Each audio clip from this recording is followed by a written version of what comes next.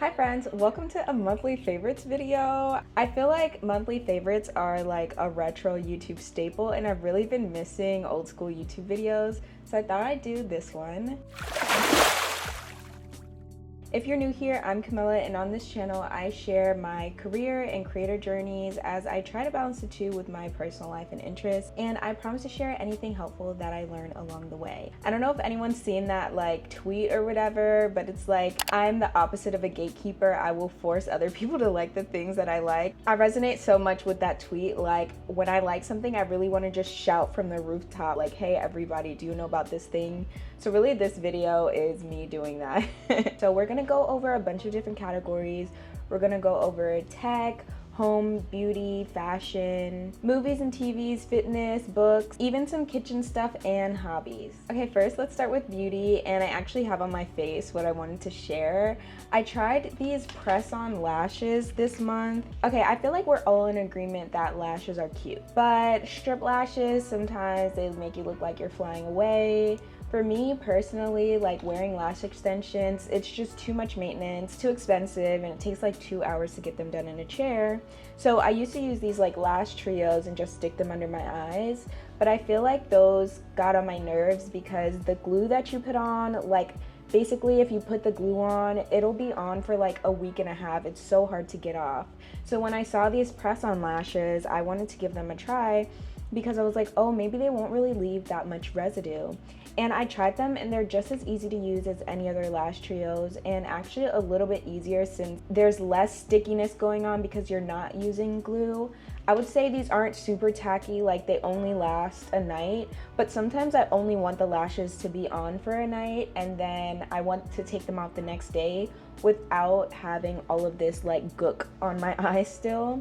So I've really been liking these, and these are from Ardell, but I'm pretty sure that there are other brands that do press on lashes as well, and you basically just stick it underneath your eyelash and it pretty much for me stays in place all day. So yeah, really like these, would definitely recommend giving them a try, and I feel like everyone likes different eyelash shapes. For me, these are actually longer than I would normally go with, and I normally like a little bit more of a curl, so I'm gonna be on the hunt for other kinds, but basically the press-on part is the part that I'm really into. So yeah, would definitely recommend giving these a try, and I got them from like a Walgreens or something, and I'm pretty sure you can get them at any drugstore or anywhere that they sell like strip lashes or lash trios. That's all I had this month for beauty. Now let's move on to fashion. So I actually had some really great fashion finds this month. This shirt is also one of my fashion finds.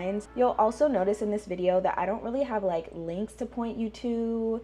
It's just like things that I've experienced in real life and you can go to a store and get it, but if there's a lack of links down below, I'm sorry, but that's why. So I wanted to talk about Macy's Last Act section, and this is one that I don't have any links to anything to. You really have to go in person to Macy's, but Macy's has this section of their store which is basically kind of like clearance, and they call it the Last Act section. And my mom has always, like anytime we go to Macy's, she always takes me to that section first. We always find really good stuff, and a few weeks ago, was actually in one of my recent vlogs, I got all of these clothes, a bunch of sweaters for the winter and stuff. It feels like I'm thrifting when I go to that section because the quality of clothes are so high, but the markdowns are also really high. I got like a pair of jeans that originally was $70 and the markdown was like $15 or something. I got this jacket that was originally $120 and I got it for like $25. This shirt I'm pretty sure was like $4, and it actually is a bodysuit, and I have like, I think I got it in 3 different like colors, and just so many great like pants. I got some workwear items. They even had some stuff for this summer.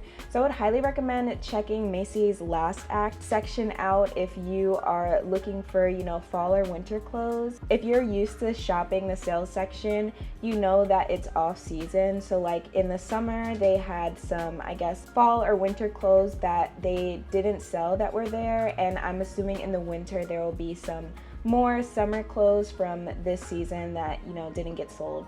So yeah, definitely check those out. You can really get your whole fall winter wardrobe for like $200 or something there. And the next store I wanted to talk about is Akira. I feel like maybe people know about this store, but I've only shopped there once or twice, and I recently went when I was in Chicago a few weeks ago visiting my sister, and I got these really cute cargo pants and these jeans that I feel like are so unique, and that's what I really liked about that store. I feel like everything in there was a statement piece. I'm more of a basics girl, so most of my wardrobe is basics, but I love having a statement piece here and there, and I feel like that's a really great store to go to if you're looking for like unique pants, unique dresses or tops and stuff. That definitely is pricier than the Macy's Last Act section, but I feel like when you have like a few statement pieces in your wardrobe, it's okay to spend a little bit more. The jeans that I got are like these wide leg blue jeans with black bedazzle all over them in like this wave pattern, and I feel like it's so cute. It would look really nice in the summer with like a spaghetti strap like satin black top, I think, and this is like a pair of jeans that you could dress up with heels. Yeah, super cute. I haven't worn them out yet, but I can't wait to. Okay, moving on to home items. There's only one item that I want to spotlight for home stuff, and it's this new blender that I actually got from my mom. It's like a cuisine art blender, and I really like it because it's one of those handheld blenders, so I can like mix up whatever I'm having in the bowl or the cup that I'm actually gonna like drink it out of or eat it out of. I've been making my like breakfast smoothies using this. It's really nice because instead of having to wash 2 dishes, now I just have to wash 1. And I feel like it's a really good blender. Like, I was surprised at how well it blends everything up. I use like frozen fruits for my smoothies and it blends it really well. But yeah, I feel like it's like a cool tool to have in the kitchen. And as someone who has only been living on their own for a year and is still figuring out like kitchen tools to get, this is actually my 3rd blender that I've had since living on my own, and this is my favorite one so far. Okay, now let's go through some entertainment. I want to share my favorite movie, TV show, and like music from the month of July.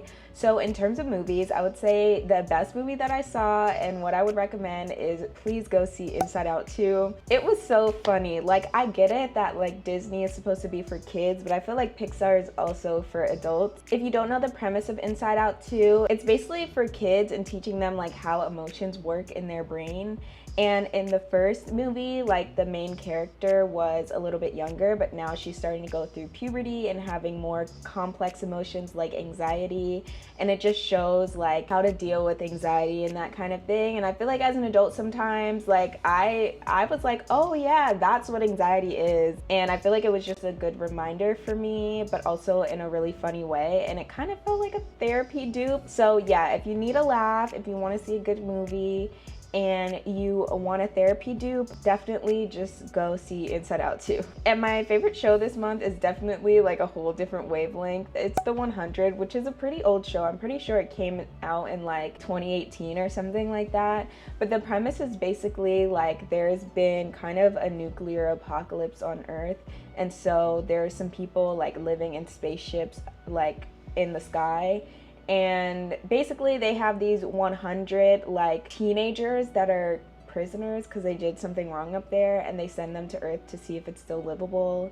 And from there a bunch of things unfold, like they're not alone on Earth, and then the rest of the people come down. And it's a 7-season long show, and if you like the like sci-fi post-apocalyptic kind of thing, I think you would like it. It also is kind of like a really dramatic show. Like everything is so dramatic for no reason. So I wouldn't say it's like a TV show masterpiece, but it was just like entertaining to watch like while I was eating lunch or like after work or something. I feel like you can get really attached to the characters, and as soon as one saga is ending, there's another problem starting up, and you're just like, oh boy, let me just make sure like my people are okay.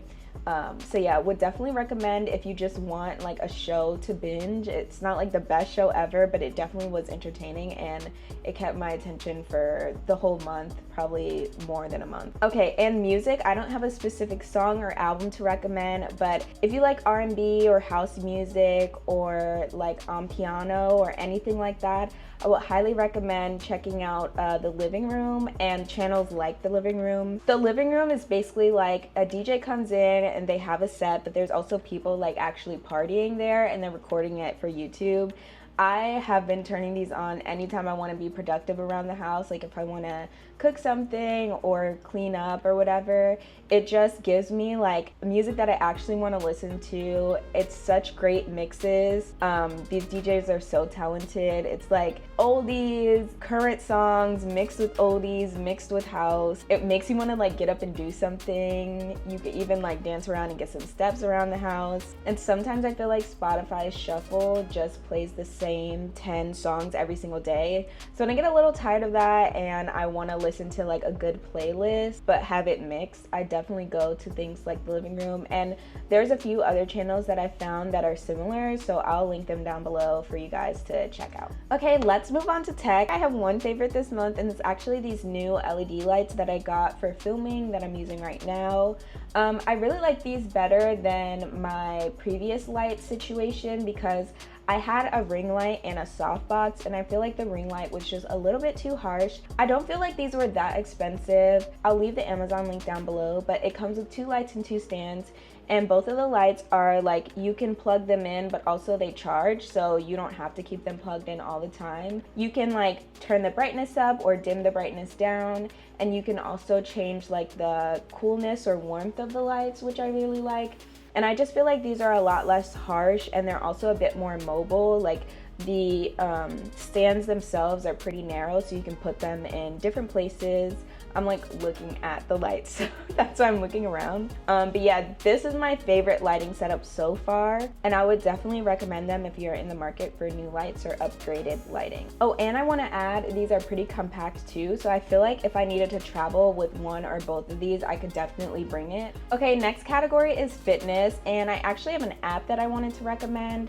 For this one, I've gotten back into weightlifting this summer, but I really like making my own workout plans, and I was trying to find an easy way to keep track of like what I was doing in the gym and what weights I was using, how many reps I did and how many sets and all that, rather than having to write it out every single time like in the notes app or something. And I actually found this app. So the app is called RepCount, and it allows you to create your own like workouts. You can put the exact exercise that you're doing, how many sets you want to do, how many reps, and then each time you go to the gym, you can put in like the weight that you did. And what's cool is the next week when you go to do that exercise, or the next time you do that workout, it will show you like last week you did this many reps and this is the weight that you used. I feel like that's really good because I'm super forgetful, and sometimes I just forget what weight I used last time. You can also leave notes for yourself for the next week.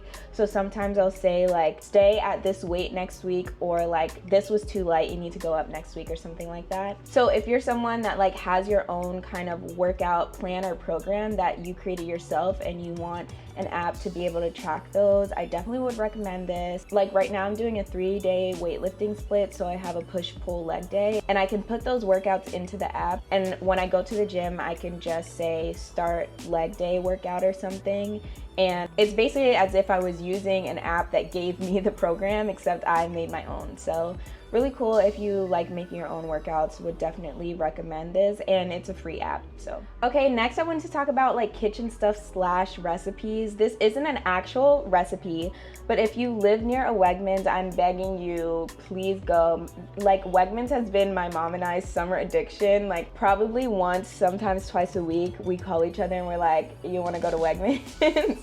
And the Wegmans is near the Macy's, so you see how that works, because we've been to Macy's like 3 times this summer. My favorite thing this summer about Wegmans has been like the pre-season food section. You guys know I've been talking for a while about trying to cook more at home, which I have been cooking more at home, and this is one of the reasons that I feel like it's a little bit easier for me now. So there's some foods that like I want to start cooking, but I'm not exactly sure how to season it and stuff, and one of those is steak and the other is shrimp. I feel like when I cook shrimp at home on my own, it does not taste as good as when I eat it out, or when I get this pre-seasoned shrimp from Wegmans. I'm pretty sure other stores might do it as well. I've only seen them in like Wegmans and ShopRite, but I also started getting like the pre-seasoned steak. Oh my god, they have this garlic studded pre-seasoned steak. It is so good, and then it's super easy. Like I just put it on the stove, make some mashed potatoes or get some from the store,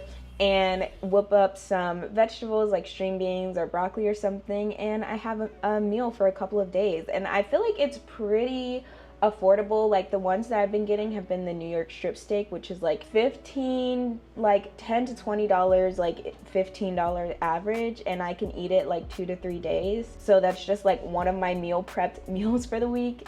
And then sometimes I get the shrimp, which is like I get the ones that are on like skewers, and they're pre-seasoned, and they have a bunch of different variations of the pre-seasoned ones. But yeah, if you're trying to eat at home and try to be a little healthier, but also want to save time, maybe you find yourself never having time to marinate your food so it doesn't taste as good, or you just want to cut down on meal prep time, definitely check out the pre-seasoned non-cooked foods. And then it's already seasoned, you can cook it at home, and it's basically a home-cooked meal too. Okay, there's 2 categories left. I want to talk about hobbies, and I want to talk about just like experiences. So one hobby that I have picked up this summer is puzzles.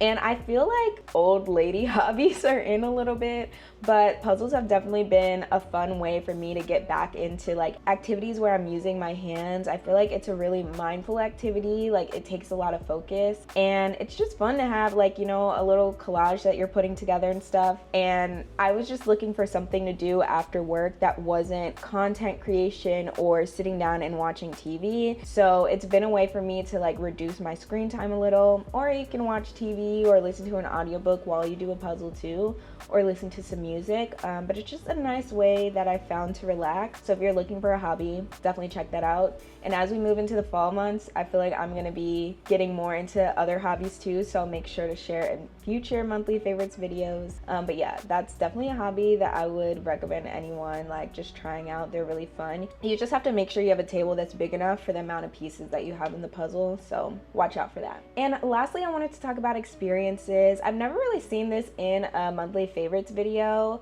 but I just wanted to share like some things that I've been doing this month. And I know it won't apply to everyone since not everyone lives in the same area, but I like doing activities in the New Jersey, New York area. So if you're in the New York, New Jersey area, I just have a couple of recs of like fun things I've done this summer. So I did end up going to an Everyday People party that it was in New York. I feel like they're having one more before the summer ends, and it was really fun. The music was so great. I love going to like day parties outside and being able to see everyone's outfits, and the views were really good. And yeah, I just think it's a really like fun experience if you have a chance to go before the summer is over. And actually Everyday People is like everywhere, it's not just in New York City, so definitely like just look up their Instagram, or I can even link it down below, and you can see like if they're coming to a city near you or something like that. Something else that I would recommend if you're in the New York, New Jersey area specifically is this app that I found called Smores. So it basically tells you like events that are going on in the New York or New Jersey area that week. A lot of times it'll tell you about different pop-ups or just like free things being handed out or fun activities that are being offered for free. And you can also see, I think it kind of is like a social platform, so other people can post what they've done, and you can get like recommendations for things to do around you that way. I actually went to an Inky List pop-up in Soho that I found through that app, and it was such a fun, cute experience. If you just want a cute thing to do, I feel like it's nice to add if you're having a solo date or something, or to even go with friends. The only thing is sometimes the lines are long at pop-ups, so bring a fan if you have one, or hopefully it just won't be too hot that day. And that's all my favorites for the month of July. Honestly, this is such a fun video for me to do. I hope that you got some good recommendations and enjoy this kind of video, because I definitely would do this like monthly. I feel like I always have things to share, and like I said, I love just recommending things that I already like. For things where I have a link, I'll leave it down below, and then I'll also just list the things that I talked about in the video down below too. But yeah, I hope you enjoyed. I'll see you in the next video. In the meantime, don't forget to spend time creating. Bye.